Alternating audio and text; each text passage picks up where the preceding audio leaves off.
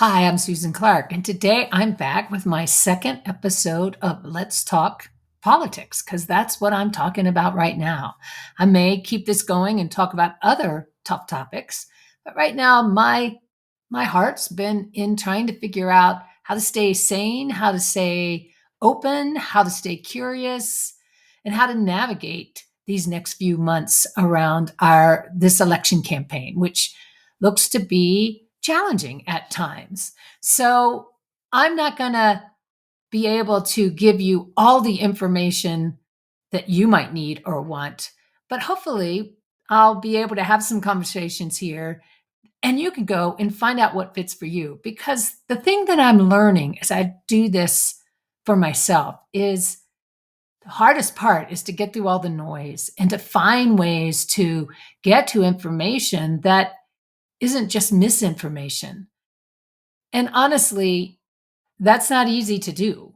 Um, I definitely am finding some things, and the best I can do is kind of read who's putting these materials together and figure out, does this seem like a solid position? Is it represented by both sides of the fence? And would be one way to look at it. And there's no way you're going to get that perfect. But I really encourage you to, when you get information, like right now, my big interest point is how to deal with negative ad campaigns. Like those things come across the wires, and I'm like, is this true? Like, what do I believe? And there are various places to go where you can fact check things. Some newspapers do it, but again, some people will say, hey, but they're biased, and who knows? Maybe they are, maybe they're not. It's important to look at it from different sides, I think. That's how I do it. It's like, I'm going to look at one paper that takes a very liberal position. I might go to another paper that takes a very conservative right wing side. Then I start to kind of use that to say, what do I think makes sense here? What do I believe? And if I'm just basing everything in my being on being afraid, then I kind of throw the whole thing out and take a deep breath and try to figure out specifically, what am I afraid of? And then investigate that. So if I read something in my world in Montana, if I find out that somebody is going after public lands or something like that, I try to go in and investigate. There's ways to look at, is that actually happening or not? So I think you have to do your own research. And I know there's not always enough time, and we don't do nearly enough research before we kind of get revved up about something we hear and go running down a path that may not actually be helpful.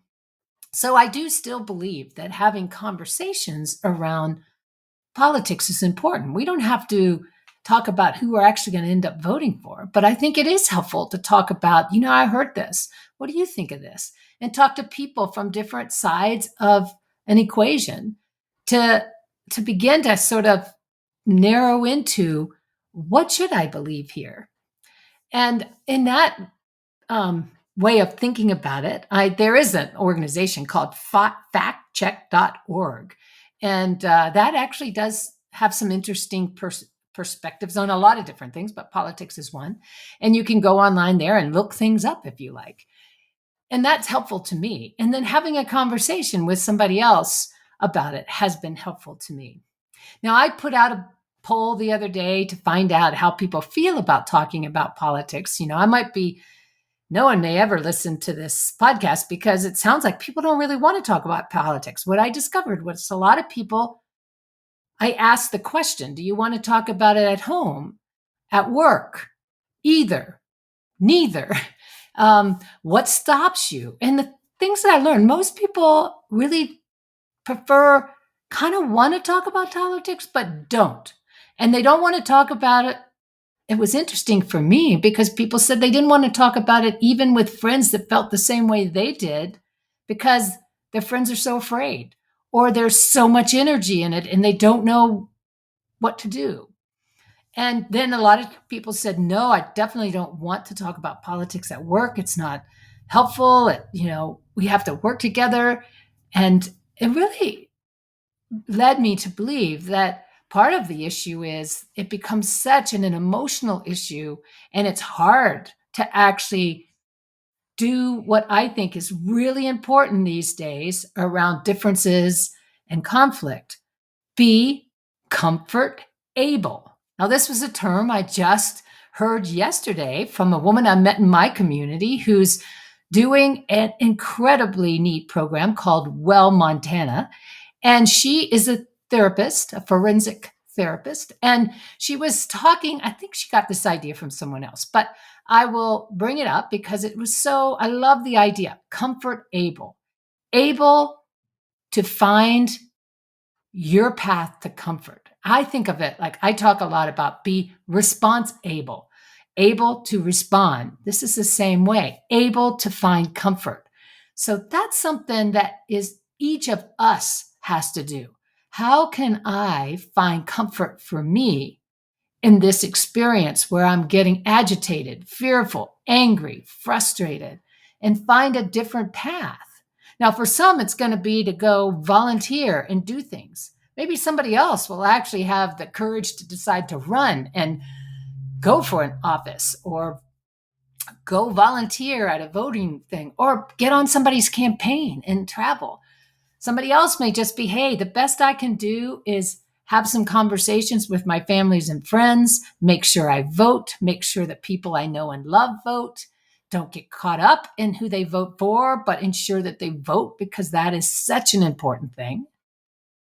There's all sorts of ways to participate and to not judge people for how they do or don't, but to encourage democracy to me means to encourage people to participate and to find a way to do that comfort able, able to stay and find comfort when they get off balance.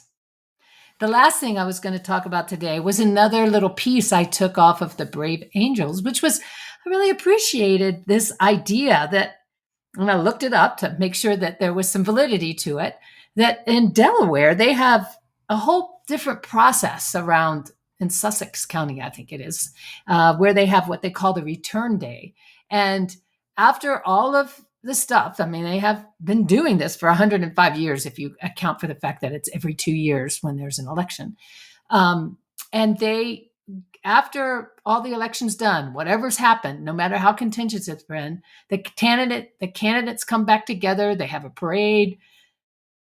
They actually literally bury the hatchet, and it kind of is that one of their ways of sort of washing the slate clean a little bit, making sure that there's a way to come together, talk, bury the hatchet, not just stay in the fight and move on.